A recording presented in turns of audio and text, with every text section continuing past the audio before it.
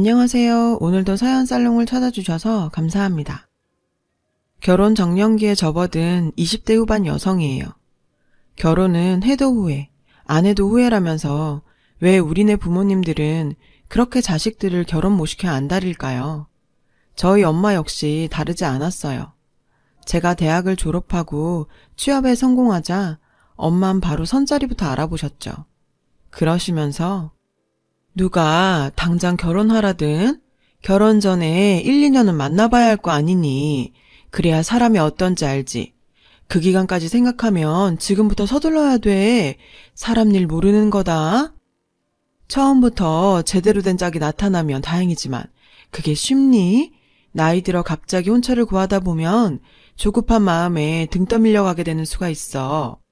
그게 여자 팔자 뒤숭박대는 지름길이야. 엄마 보면 모르겠니? 그러니까 넌 지금부터 눈에 불을 켜고 제대로 된 짝 찾아. 알았어? 너무 늦게 결혼시장에 뛰어들어서 남들이 골라가고 남은 찌끄레기 같은 남자 만나 평생 고생했다는 우리 엄마는 저만큼은 좋은 남자 만나 고생 않고 살길 바라셨죠. 저희 아빠가 좀 그렇거든요. 가장으로서 가족들 건사하는 데는 전혀 관심 없고 본인 먹고 입고 쓰는 데만 열중하세요. 아빠한테 이런 말 하긴 좀 그렇지만 완전 이기적인 분이시죠. 게다가 이날 이때까지 월급 봉투 한 번을 제대로 엄마 손에 쥐어주신 적이 없대요. 본인을 위해 그렇게 투자를 하시니 집에 들고 들어올 돈이 없는 거죠. 그런 아빠 때문에 엄마는 정말 고생 많으셨어요. 자식들 키우랴 돈 벌랴. 그래도 천복을 타고나셨는지 엄마는 돈 버는 능력이 남달랐어요. 그게 능력이니? 남편이 변변찮으니 새끼들 굶기지 않으려고 발악한 거지. 진짜 내가 네 아빠만 안 만났으면 이런 고생 안 하고 살았다. 그러니까 너도 결혼 잘해 이거사. 솔직히 엄마가 너무 조건만 따지며 사윗감 고르는 게 못마땅하긴 했지만 엄마가 살아오신 걸 생각하면 한편으로는 이해가 되기도 해요. 오죽하면 이러실까 하고요. 암튼 그런저런 이유로 저는 20대 중반부터 선자리에 불려다녔어요. 하지만 절박한 마음이 없어서 그런 건지 결혼에 딱히 마음이 없어서 그런 건지 결과는 늘 꽝이었죠. 매번 분위기는 좋았던 것 같은데 애프터 신청까지 연결이 안 됐어요. 엄마는 좋은 조건의 남자를 놓칠 때마다 너무나 안타까워하셨죠. 솔직히 전 이런 엄마의 편협한 모습이 싫지만 엄마를 거역할 용기가 없어서 바보처럼 따르고 있어요. 이 얘기를 들은 10년지기 절친은 영화 같은 데서 보면 너희 엄마처럼 배경 따지는 사람들이 꼭 사기꾼 만나 개고생하더라. 그러니까 네가 엄마 설득해서 그놈의 선 좀 그만 보고 다녀. 라고 했죠. 지금에서야 말이지만 그때 친구 말을 들었어야 했어요. 그랬으면 제가 이렇게 늦은 밤 분을 삭히며 사연을 적고 있진 않았겠죠. 그러던 어느 날이었어요. 선자리에 나가는 것도 슬슬 지쳐갈 무렵 조건만 놓고 봤을 때 지금까지 나타났던 남자들 중 최고 레벨이 나타난 거예요. 저희 엄마는 흥분의 도가니였죠. 상대는 거의 준재벌 수준의 부동산 재력가의 외아들이었어요. 학벌도 괜찮고 인물도 이만하면 어디서 안 빠질 정도는 됐죠. 형제는 밑으로 3살 어린 여동생이 하나 있는데 현재 미국에서 유학 중이고요. 부모 재산 절반만 물려받아도 이건 완전 논하는 거라며 엄마는 엄청 좋아하셨어요. 그렇게 결전의 날이 밝았어요.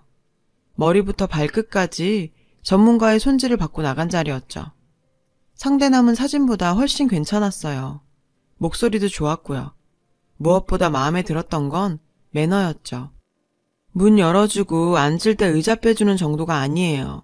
정말 사소한 거 하나까지 완전 배려. 이런 남자는 정말 처음이었어요. 배경 때문이 아니라 남자 자체만 봐도 정말 탐나는 사람이었죠. 솔직히 선자리는 처음이라 걱정 많이 했어요. 목적을 가지고 만나는 자리라서 왠지 딱딱할 것 같고. 근데 정현 씨 보니까 괜한 걱정을 했네요. 오래 알고 지냈던 것처럼 편하고 저랑 잘 통하시는 것 같아서요. 괜찮으시면 주말에 같이 영화 보실래요? 드디어 제가 애프터 신청을 받았어요. 그것도 제 맘에 쏙 든 상대한테서요.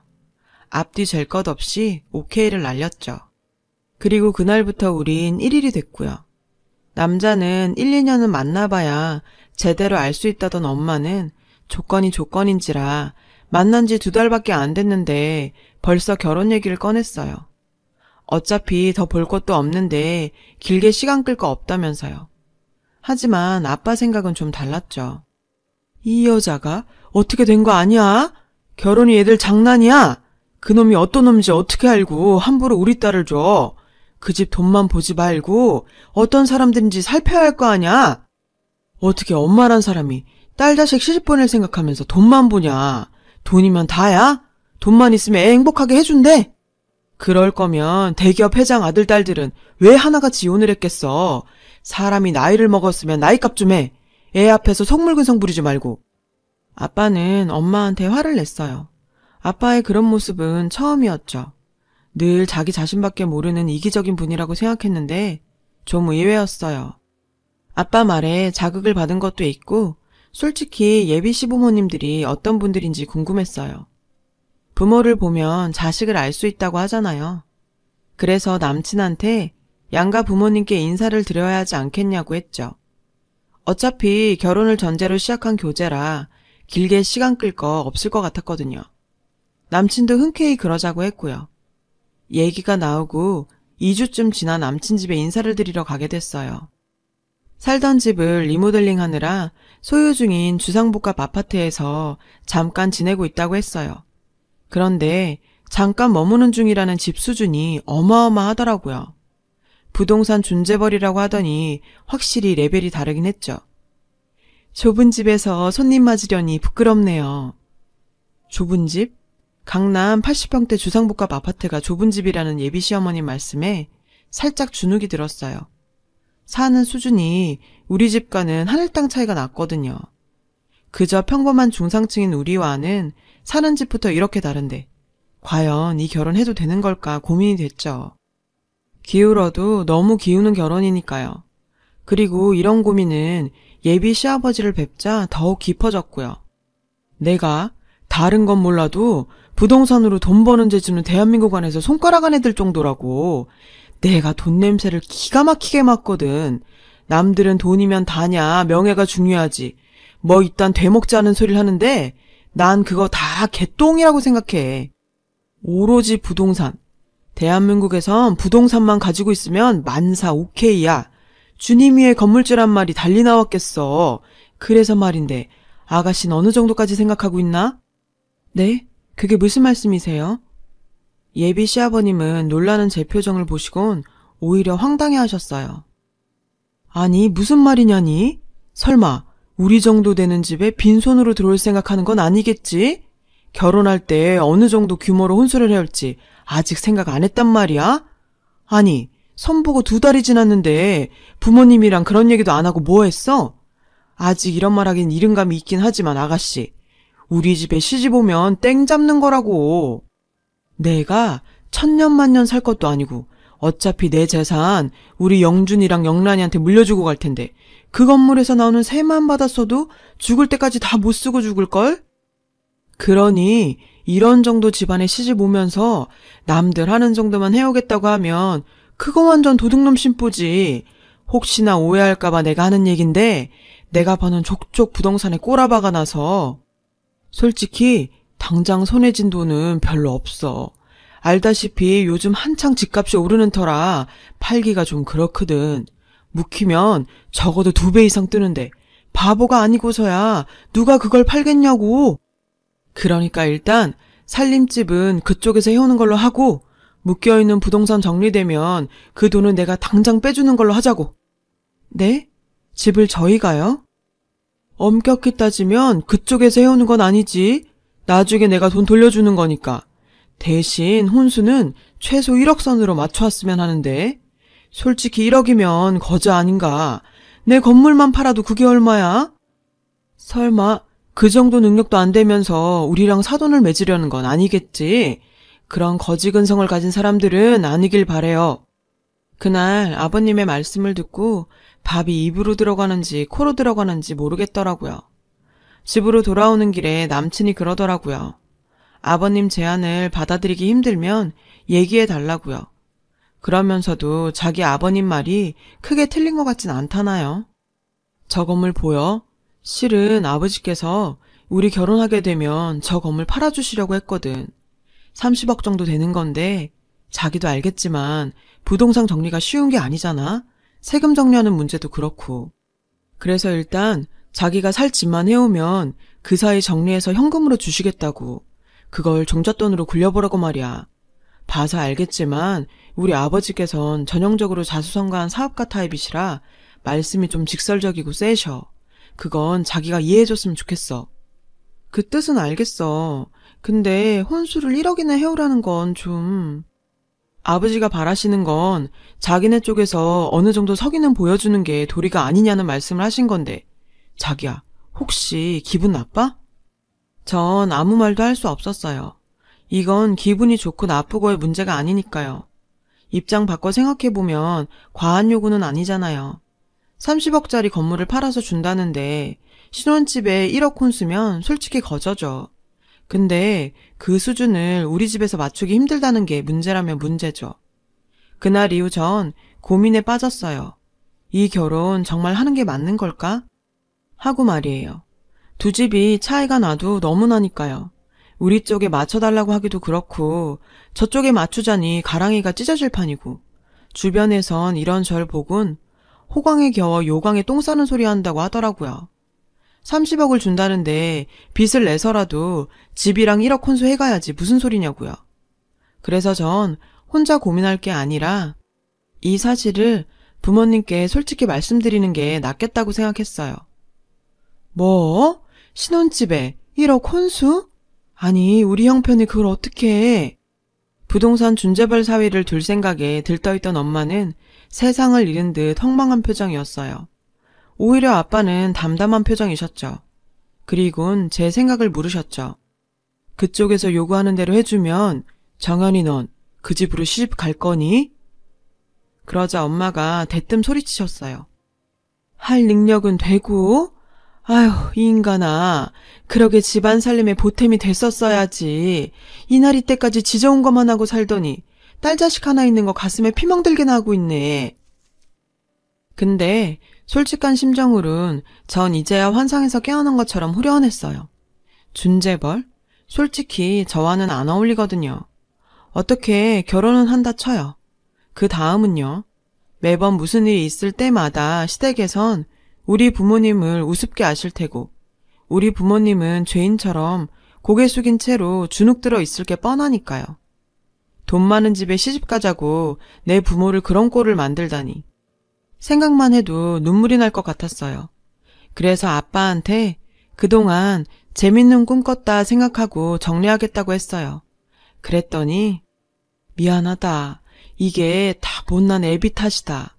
내가 애비 노릇만 제대로 했어도 우리 정연이 가슴 찢어지는 일은 안 만들었을 텐데. 아빠는 고개를 숙이셨어요. 그런 아빠의 모습을 보니 가슴이 찢어지는 것 같았죠. 아빠 잘못 아니야. 내가 그 집이 부담돼서 그래.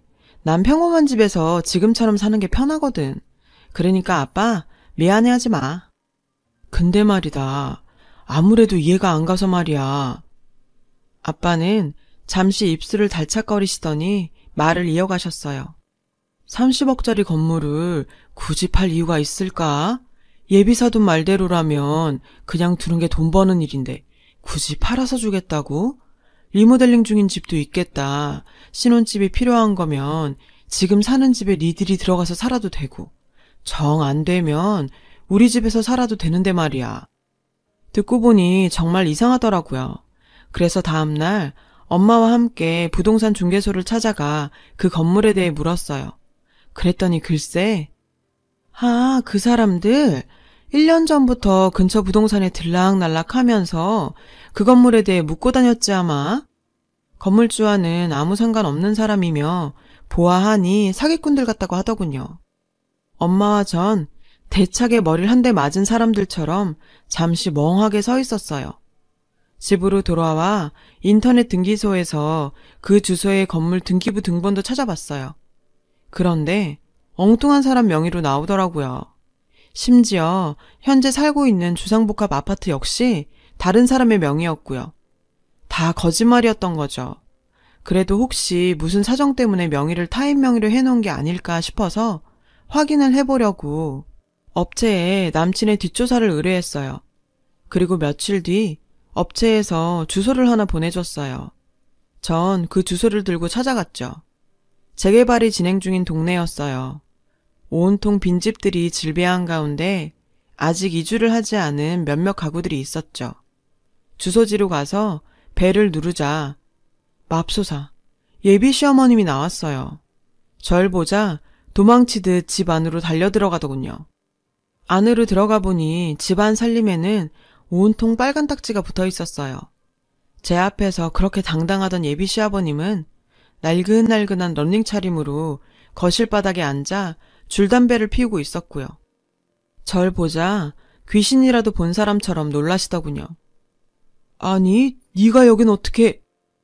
그건 제가 드릴 말씀인데요. 아니, 부동산 중개벌께서 어떻게 이런 곳에 살고 계세요? 리모델링 중이라던 집이 이건가 보죠?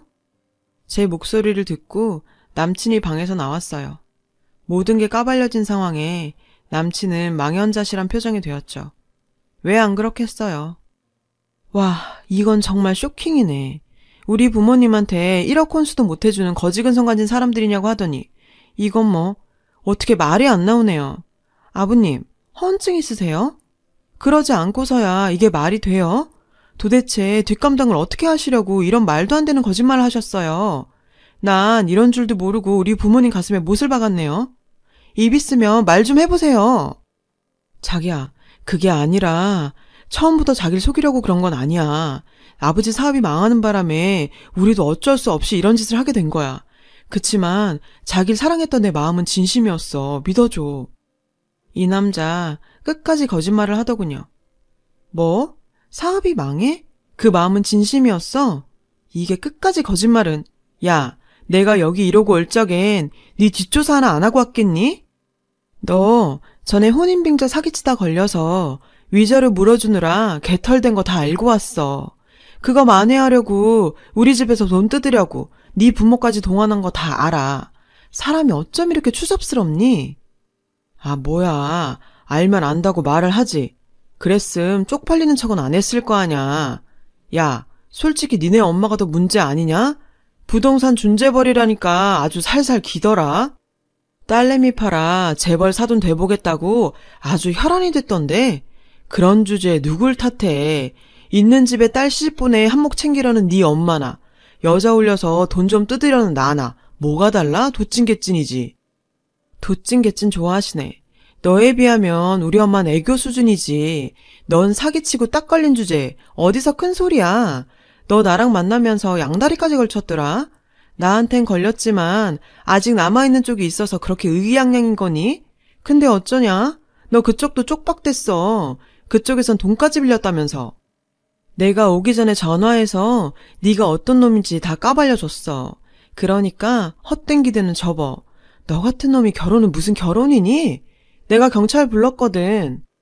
그러니까 그냥 은팔찌 끼고 빵에 들어가서 반성이나 해라. 그리고 두 분도 그래요. 자식이 죄를 지었으면 옆에서 말리셨어야죠. 어떻게 같이 사기 공모를 해요? 자식은 부모 등을 보고 자란다는데 두 분이 이러고 사시니 아들이 뭘 보고 배웠겠냐고요. 두 분 보니까 앞으로 부모님께 더 잘해야겠다는 생각이 드네요. 적어도 우리 부모님께서는 남한테 사기치고 사는 짓은 안 가르치셨거든요. 그때였어요. 밖에서 경찰차 사이렌이 요란하게 울렸죠. 남친과 어머님 아버님 모두 손에 나란히 은팔찌를 차곤 경찰서에 끌려갔어요. 전 참고인 조사를 받고 집으로 돌아왔고요. 그날 이후 아빠는 27년 만에 엄마한테 월급을 가져다 주셨어요.